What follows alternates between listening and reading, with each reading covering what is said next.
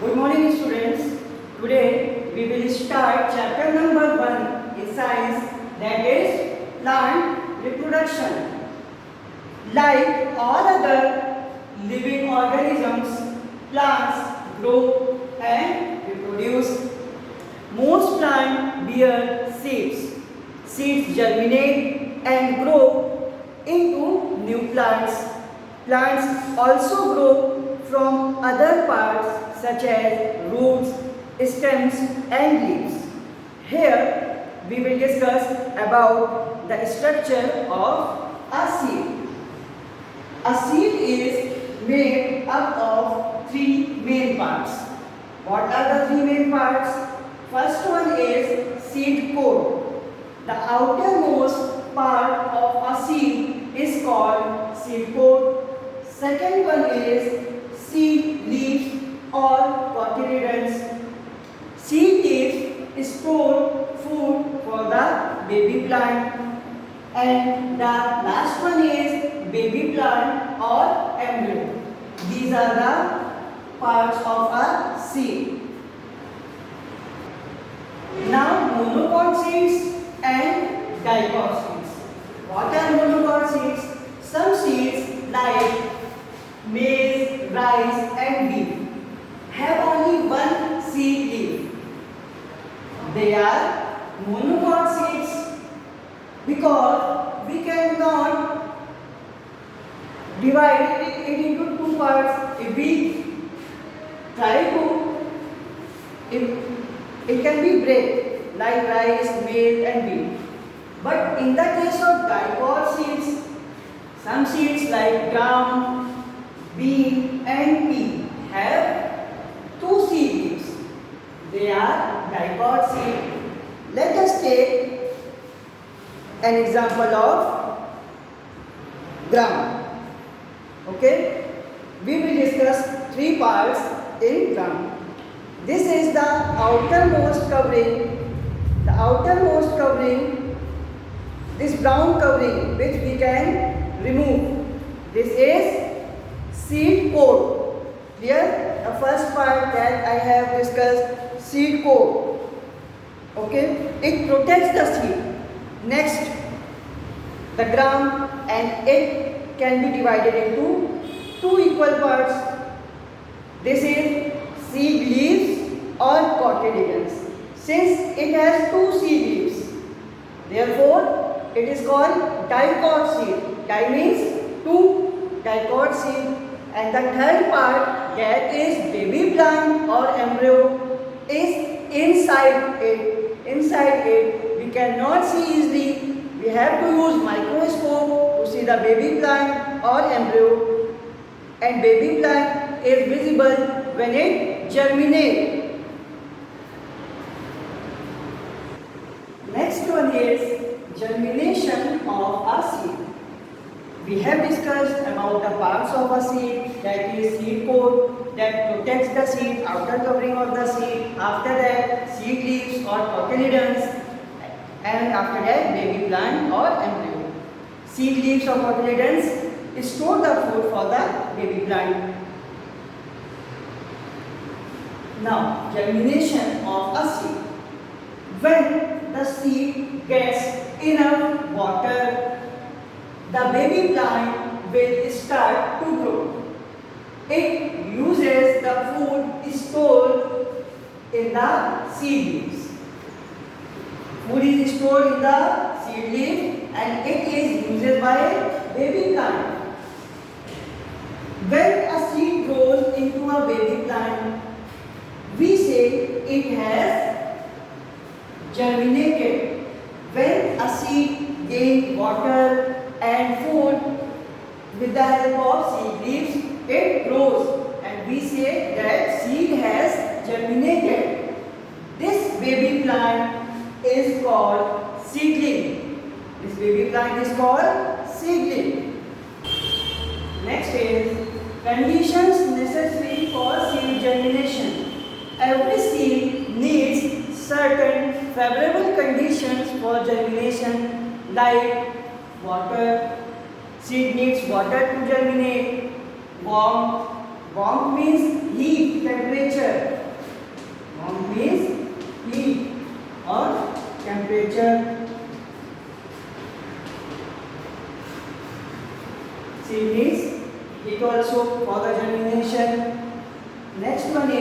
air. Seed also needs air for germination. If seeds are completely covered with water, then they do not get air. In these conditions, they do not germinate. So these are the necessary conditions that are needed by seeds for the germination. Water, warmth, that is heat, and air.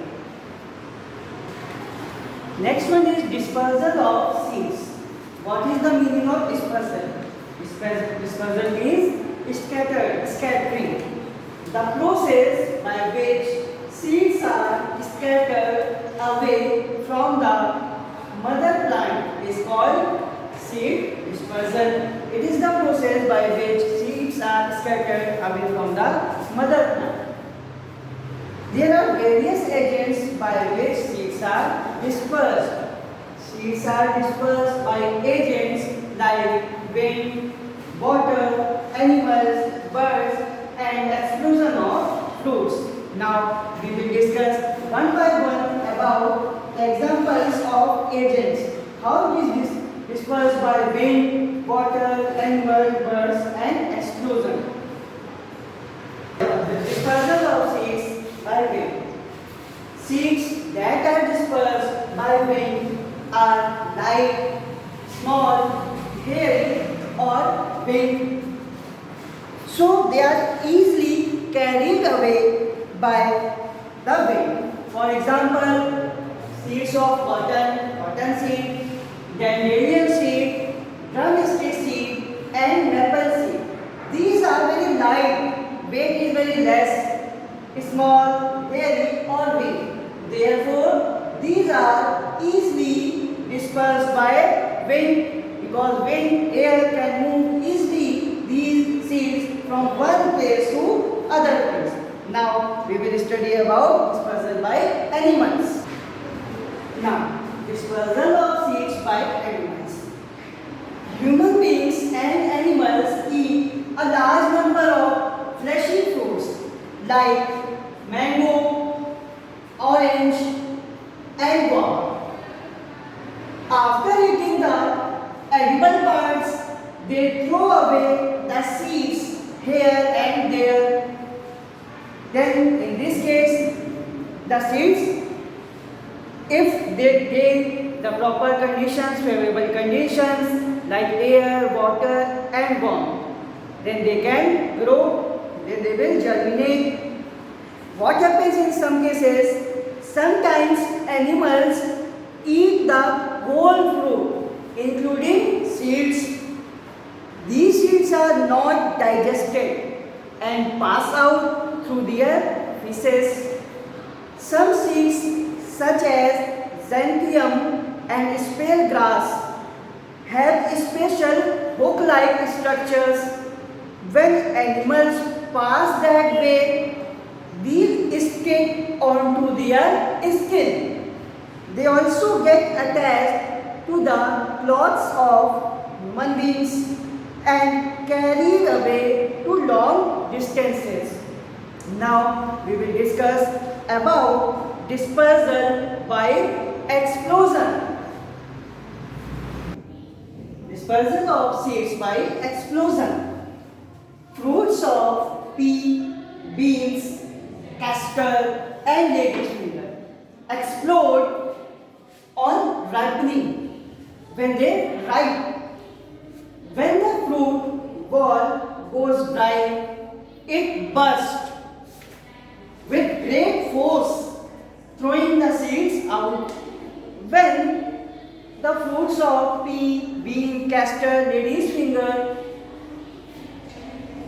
explode on ripening, when they become dry, then with great force an explosion occurs, due to which the seeds are carried several feet away from the parent plant. This is the dispersal of seeds by explosion. Dispersal of seeds by water. Seeds of some plants that grow in or near the water bodies are dispersed by water. For example, water lilies, palm, coconut, and dispersed by water. Next heading is plants that grow from stems, roots and leaves.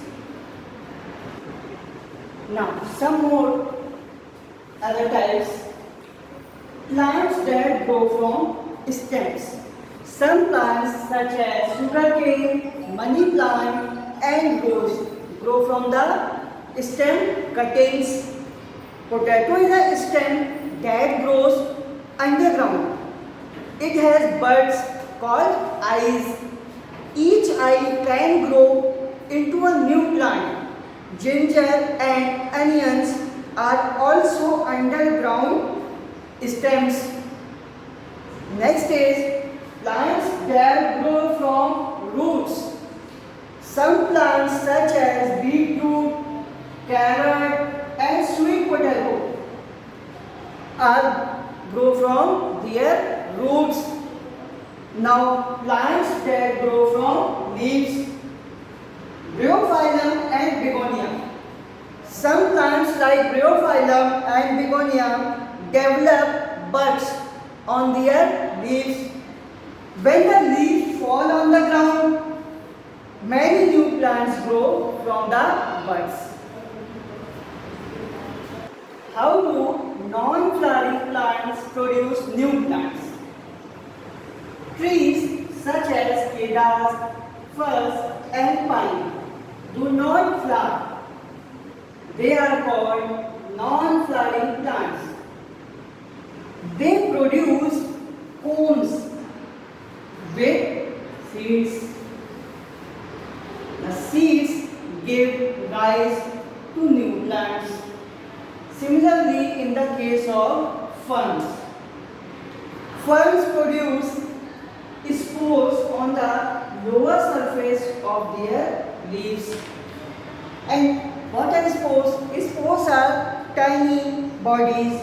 When they fall on the ground, they give rise to new plants.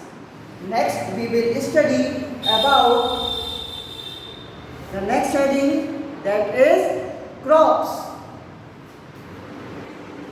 Before crops, we study about agriculture.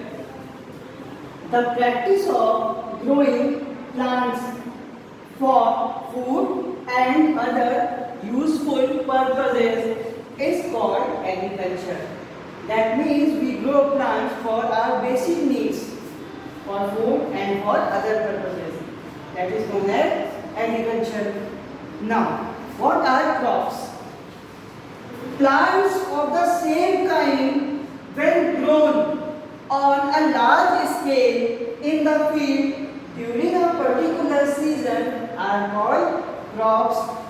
When we grow a certain type of plants on a large scale in the field during a particular season, then it is called crop. For example, wheat, rice, maize and vegetables comes under the category of crops.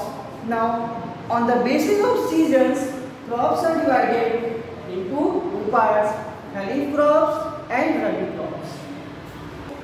Kharif crops, crops that are sown in rainy seasons and harvested in October and November. Rainy season means these crops are sown in the month of June to September.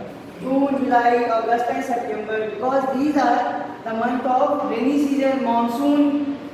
In this season we sow the crops in the field and they take time to prepare, and after that we cut these crops, we harvest these crops when they are mature in the month of October and November.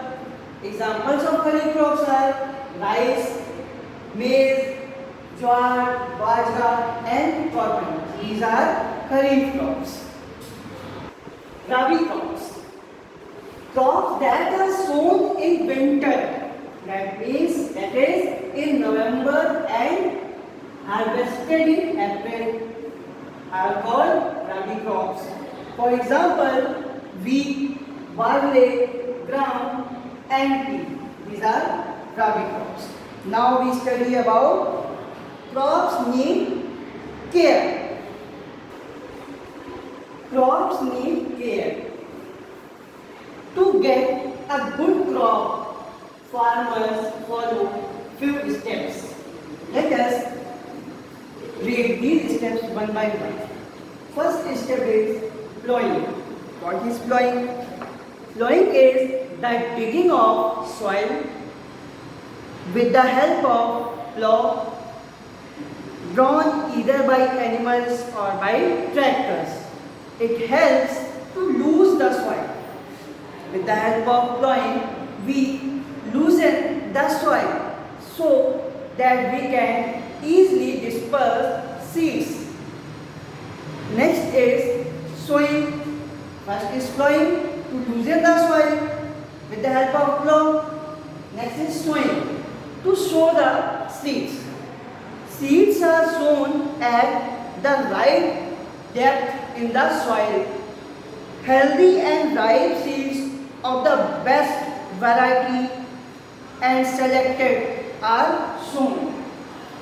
After plowing, we select good quality of seeds that we have to sow in the soil, in the field at a proper depth so that it can get proper amount of water, air, sunlight to grow, germinate. Next step is manuring. What are manures? For good crop yield, it is important to provide complete nutrition to plants. This is done by manuring. Manure is the organic waste of animals. Manure is prepared with the help of waste that we get from the animals like dung, cow dung. Next step is irrigation. Irrigation means to provide water to the seeds. Plants need water, as we all know, already studied. The process of watering the plants in the fields is called irrigation. There are various ways to irrigate the field, such as canal system, tube wells, duct wells, rivers and ponds. After that, the step is spraying of insecticides. Farmers spray chemicals such as pesticides, insecticides to kill the insects that attack the crops. To save the crops from the insects, pests, the farmer use chemicals. They spray chemicals to their crops so that the crop remains safe. No one can eat the crop. This is known as spraying of insecticides. Insect, as it is clear from here, insecticide means insect. To save from insect, to kill the insect, pest. Next is harvesting. When all these processes work, then the crops will be matured, crops will be ready, and the final step is to cut the crop, and cutting of crop is called harvesting. Harvesting means cutting of crop. Harvesting is the process of gathering mature crop from the field. Harvesting includes reaping. Harvesting includes two processes. One is cutting the crop and second one is winnowing. Winnowing means separating the grains from the chaff. To separate the grains, the harvested yield is then sent for sale or for storage. After the harvesting, the last and most important process is storing. To store the crops is very necessary, very important, because it is not necessary that immediately after harvesting we sell the crops in the market or to anyone. So it is necessary to store the crops in safe place. The harvested yield has to be stored in a facility that protects it from climatic hazards like rain, pests and rodents, other any small animals like rat and other pests, insect, the yield thereby is protected for future use.